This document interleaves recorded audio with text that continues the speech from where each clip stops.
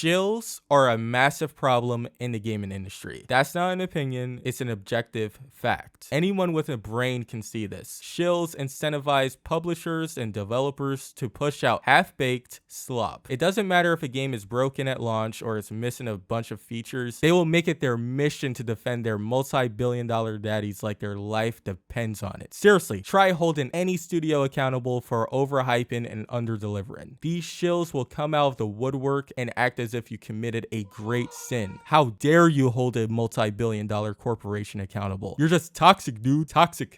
There's so many talking points that these shills love to use, but let's start with this one. If you don't like it, don't buy it. Yes, this is a classic one, probably their go-to talking point, but Reddit shills aren't the only ones who say this. Surprisingly, developers have used this phrase as well. Don't like it, don't buy it. On the surface, it is a logical argument. I mean, if a game fails to live up to your standards, or if you disagree with the tone or direction of the game, then yeah, don't buy it. But here's the problem. When we do take their advice and we refuse to buy their terrible games and studios shut down as a result of it, they somehow spin it like it's our fault. Blame it on the chuds or whatever. They just cannot accept the fact that gamers are getting more and more fed up with the same slop that they've been throwing at us for the past decade. We're sick of studios prioritizing things that have absolutely nothing to do with what should make a video game fun, just to check off some boxes. And now that things are starting to correct itself, developers and shills, they want to pin the blame on us. It sucks that people are losing their jobs as a result of mismanagement, but if your fans are vocal about certain things that they don't like and you just dismiss their concerns, then yeah, it's probably not going to end up well with your IP. Oh man, this one is my favorite. Wait for updates, dude. Yeah, this one is extremely stupid. You know what? I'm willing to be charitable towards indie studios who release their games in early access because, of course, the game is expected to be rough. I don't think any reasonable person would expect a team of, let's say, 5 people building a game from the ground up and paying for it out of their own pockets to deliver a perfectly polished game. But that's not who I'm talking about. No, I'm talking about the shills who use this talking point in defense of established studios who overpromise and underdeliver. Even the most basic stuff like a text chat in a co-op shooter will be missing from the game. Frame drops, stuttering, crashes, insane glitches, even on high-end hardware. Complete unoptimized garbage. And don't even get me started on missing content.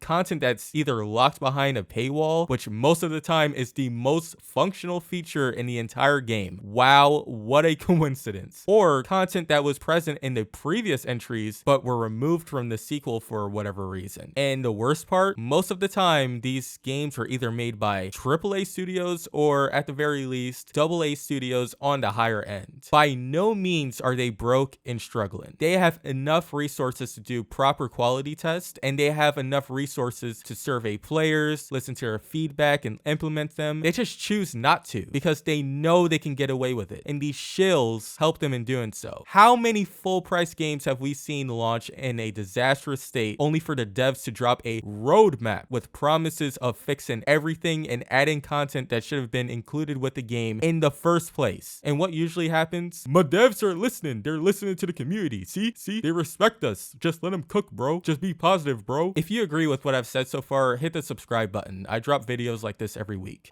Anyways, what else? All right, it's just a beta. Oh my god, this one kills me every time I hear it. Right, it's pretty similar to the previous talking point, just with an added layer of ignorance. You see, in 2025, there's no such thing as a beta. What you see is what you're gonna get. You would assume everybody knows this, but believe it or not, there are some shills out there who actually think that because the devs call it a beta build, then that means most of the issues found in the beta will be resolved. This is usually not the case. Aside from a few tweaks and optimization and maybe some balancing, the final game will almost always be identical to the beta build. We just need to call it for what it is. It's just a glorified demo. It's part of their marketing strategy to get people hyped for the game. That's why beta builds are typically released either a couple of months or sometimes a few weeks before the final launch. So that's why it bothers me when a game would have so many undeniable, glaring issues such as the map design, weapon design, character design, microtransactions, cringe dialogue, terrible gameplay, ugly graphics, you know, things that cannot realistically be fixed in just a couple of months, signs that the game will be DOA are actually waved off by the shills. If you try to say anything, they'll just scream, "It's just a beta, my beta, my beta." I'm like, are you serious? It's actually unbelievable. And the worst part is that you can't even talk sense into these people. They'll just flat out ignore all of the red flags just because the devs claim it's a beta. They'll play it and say, well, it's good enough, and pre-order the garbage. It's absolutely insane. If you can't afford $70 games, you have bigger problems to worry about. This is a real talking point that I've seen and heard people say, and I'm sure you have too. These shills will act like you're being unreasonable for justifiably questioning a $70 price tag, when most games being released nowadays are unfinished, uninspired, live service slop, most of which have microtransactions anyway. But nothing screams financially literate like making a decision to pre-order a digital game with infinite copies just to play it on the same day as everybody else with a brain who chose not to pre-order and wait for the reviews instead. Amazing. Wow. But yeah, we're just broke. Having standards and realistic expectations of how a game should be priced is broke boy behavior, apparently. My God, these people annoy me. I know I'm preaching to the choir here, but man, I really wish people would just stop this. Stop accepting bad anti-consumer practices. Stop accepting unfinished games just because one game had a horrible launch but had to rectify their mistakes through years of patches. This is not normal. No other industry would find this acceptable. If you were watching a movie at the theater and the audio was poorly mixed and the images kept cutting in and out every few minutes, you would complain. You deserve a quality, functioning product at launch. Do not lower your standards just because it's the norm, because it shouldn't be the norm. It's insane how people have been conditioned into believing this is good, acceptable business practice, but it's not. Please stop shilling for these companies. Please stop making excuses for them and just call them out.